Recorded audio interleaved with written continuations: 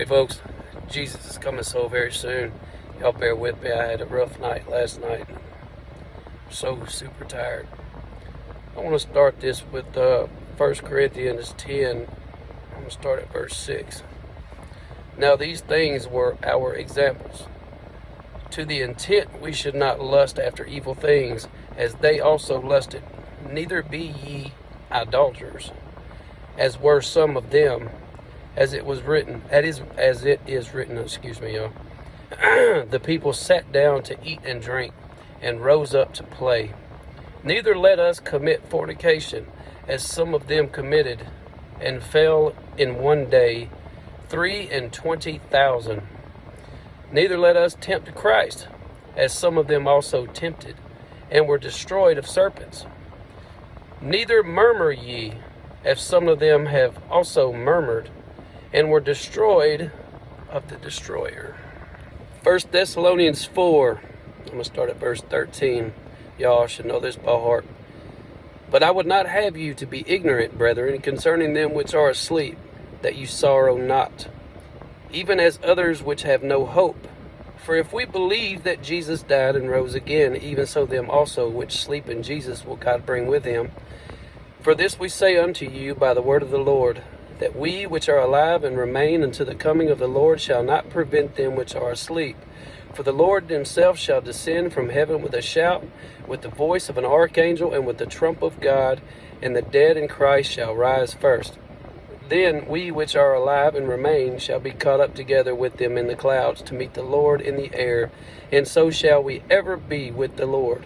Wherefore, comfort one another with these words. Y'all, I tell y'all, I'm so beat down. I just had a gnat fly in my eye as I was reading that, and there it is right there.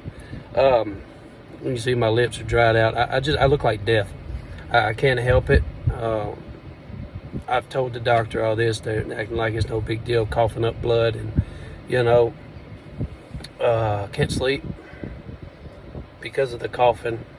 My throat is raw, literally raw, I guess from stomach acid. I have no idea.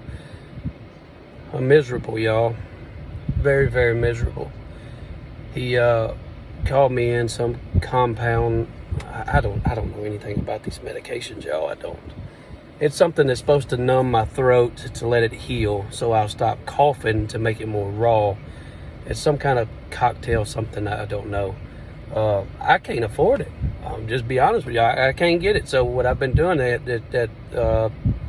I've probably had that spray for 15 years. I'm not lying about that at all. Really, it's a throat spray. I remember getting it at Kroger's about 15 years ago, and I still have it. And I've been spraying it, and I know you're not supposed to swallow it, but I swallow it. It numbs my throat, and it feels good for 15 minutes, and back at it again. Anyway, I wanted to talk to y'all about something that I was thinking about today. There's this area that I grew up in, and I know a couple of people that watch my videos, or they'll know where I'm talking about. In Shreveport, Louisiana, it's a little place called Southern Hills. My whole family grew up there. And it's kind of ironic that everybody that's lived there more than 30 years has gotten cancer. Everybody. Let's see, my grandma has got breast cancer. She passed away in 2008. My grandpa died at 66. He had, I have no idea what kind of cancer it was. All I know is his skin turned black and started peeling. Chemo did that to him. My daddy died of cancer. A person that I grew up with down the road, his daddy, well, their daddy, they were older than me though. They were like my brother's age, but I still knew them. Their daddy died of pancreas cancer. A guy that we used to live next door to, his name was Mr. Presley, the nicest old man you ever see. He had a hole in his throat because he had throat cancer at one point living there. So he had to cover the hole in his throat and talk. He had to make himself burp to talk.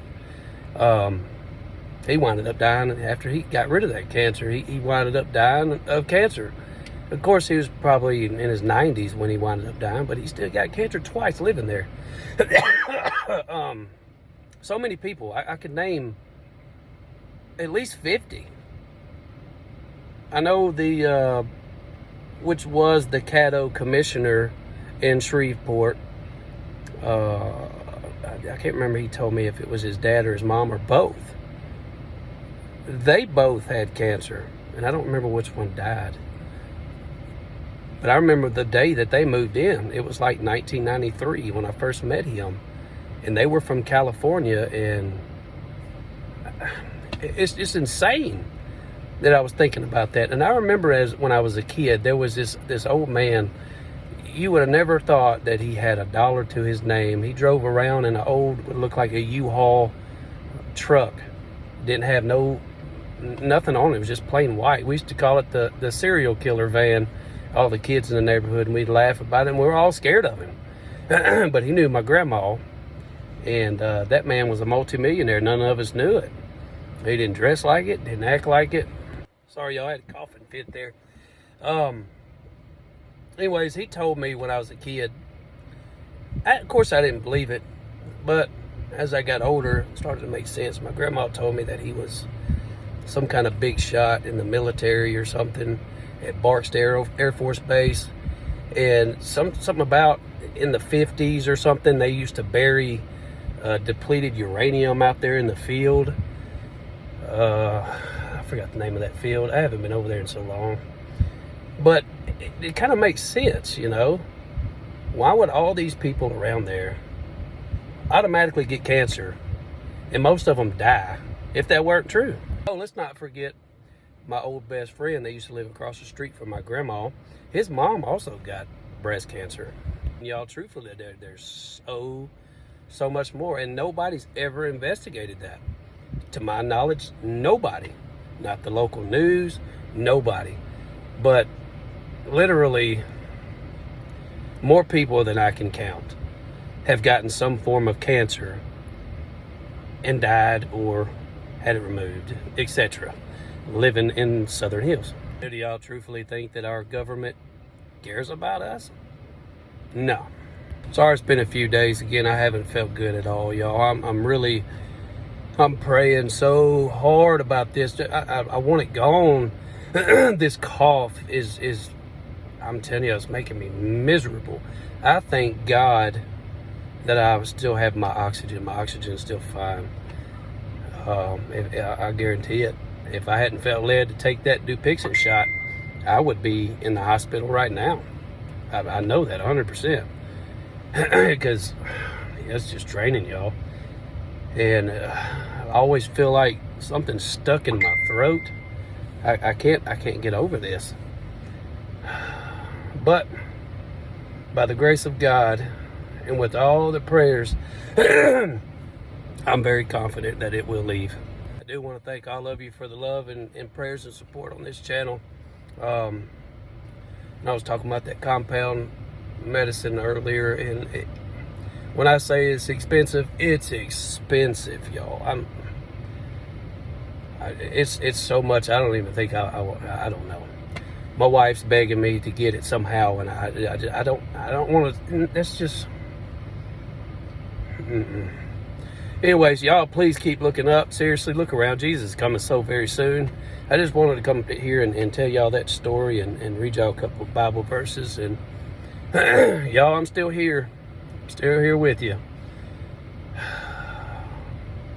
God's will be done. I love all of you. I truly do. Romans 10:9-13. God bless.